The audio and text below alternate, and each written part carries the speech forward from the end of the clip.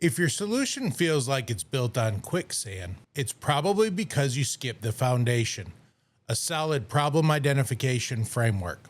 Hey there, and welcome back to The Thoughtful Beard, your home for insights, ideas, and a scally cap.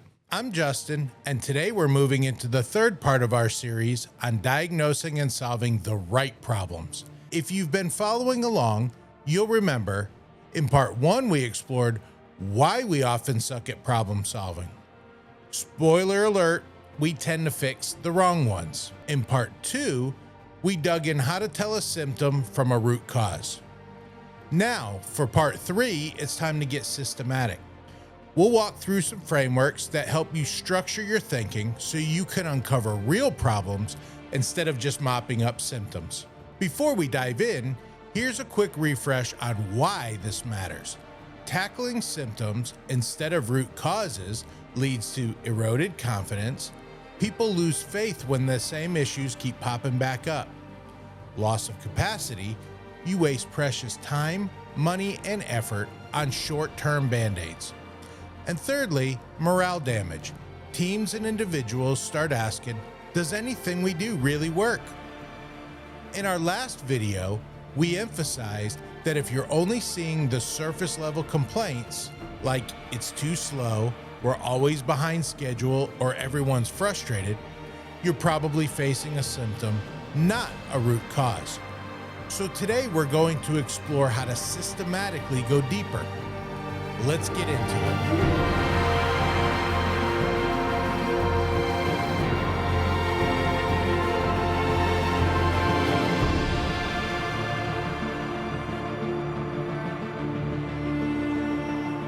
One of my favorite methods for zeroing in on core issues is one that I've devised called the D.E.F.I.N.E framework. It's simple yet comprehensive, giving you a step-by-step roadmap for identifying the right problem. Here's the breakdown. D. Describe the symptoms. Clearly state what's happening and who's affected. Keep it factual. No guessing, no assumptions. E. Establish facts. Gather data, logs, feedback, anything that grounds you in reality. F. Find root causes. Look beyond the immediate complaint. Ask why repeatedly or analyze data for patterns. I is isolate the patterns. Spot recurring themes or triggers that may link multiple complaints or symptoms. N is narrow focus.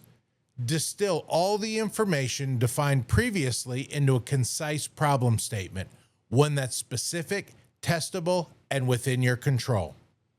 And lastly, E, or evaluate success. Decide up front how you'll measure whether the key issue is truly fixed. No measurement, no proof. We'll break down each step in a moment, but that's the bird's eye view of the D.E.F.I.N.E framework. To go back to our original sample company from the last video, Acme Corporation is constantly missing its sales targets and everyone's in a panic mode.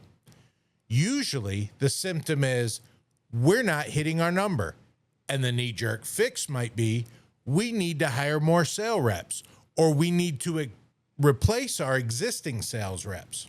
Using D.E.F.I.N.E, however, this is one way it could play out. First, we describe the symptoms.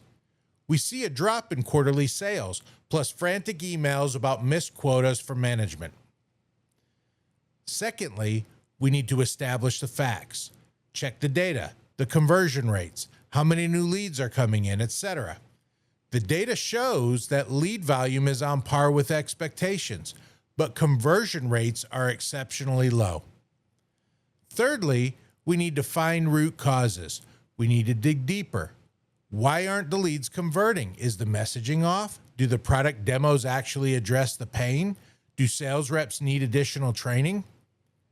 Fourthly, we need to isolate patterns. Over 50% of the leads go dark after the initial call. After sitting in on several of the calls, the questions asked by the prospects indicate that they're confused and don't understand the value proposition. Fifthly, we need to narrow our focus. The issue isn't a lack of manpower. We need to focus elsewhere. It's an incomplete or unclear sales script. Sixth and lastly, we need to evaluate success. Now that we know what we want to address, let's objectively measure the increase in conversion rate after each change to our script or message. So now, instead of spending big bucks on new hires, you focus on refining the pitch. You can see how each defined step keeps you from jumping to a solution too soon. Of course, define isn't your only option. Another classic framework is the 5 whys approach, famously used in Lean and Six Sigma methodologies. The gist is simple. Keep asking why until you've peeled away surface level explanations. For example, if the problem is the website keeps going down every Friday at 3 p.m., it can play out like this. Why? Because user traffic spikes around that time. Well, why? Because a weekly email campaign goes out then, sending people to the site. Why? Because the campaign's list is massive and the page code runs inefficient queries. Why? Because no one optimized the data for that specific traffic pattern. Well, why? Because we never set up a process to review queries before launching campaigns. By the time you get to the 5th why, you realize it's not just about high traffic. It's about the lack of a formal check on database performance before a major email blast. That's the real root cause that you need to fix. Whether you use D.E.F.I.N.E, 5 whys, or another structured method like fishbone diagrams or root cause analysis, the goal is the same. Force yourself and your team to slow down, gather evidence, and ask enough questions to pinpoint what's really going wrong. Each framework has its strengths. D.E.F.I.N.E is excellent for scenarios that need a clear, data-driven process with steps you can revisit. 5 whys, on the other hand, is quick and straightforward, perfect for smaller teams and simpler issues. Ultimately, the best framework is the one you consistently use. Now, a few words of caution. First, don't stop too soon. You might think you found the root cause after your second why, or shortly after you've described the symptoms. But keep pushing deeper and follow the framework. Sometimes the obvious explanation is still just a symptom. Secondly, involve the right people. If you don't have folks who understand the details, you'll only guess at the problem. Make sure your brainstorming includes a diverse and comprehensive perspective. And thirdly, validate your findings. Remember to measure the results. If you apply your solution and the complaint still lingers, keep digging. If you fall into these traps, you're back to solving symptoms. So, there you have it. 2 powerful, systematic ways to ensure you're zeroing in on real problems instead of chasing illusions. Whether you choose D.E.F.I.N.E or 5 whys, the key is to slow down and be intentional. Don't just say, it's broken, let's fix it. Ask, why is it broken? And is that the actual reason or just the first thing that was noticed? In our next video, part 4, we'll get even more practical by discussing a 7-question validation checklist to confirm you've truly nailed the root cause before you invest time and resources in a solution.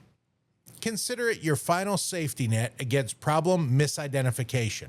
If you found this helpful, please like, subscribe, and share this series. I'd love to hear in the comments what frameworks or methods do you already use, or if this is new to you. Let's keep growing and learning together, one scally cap at a time. Thanks for tuning in to The Thoughtful Beard, where we bring you insights, ideas, and a scally cap to tackle life's toughest hurdles. See you in part 4.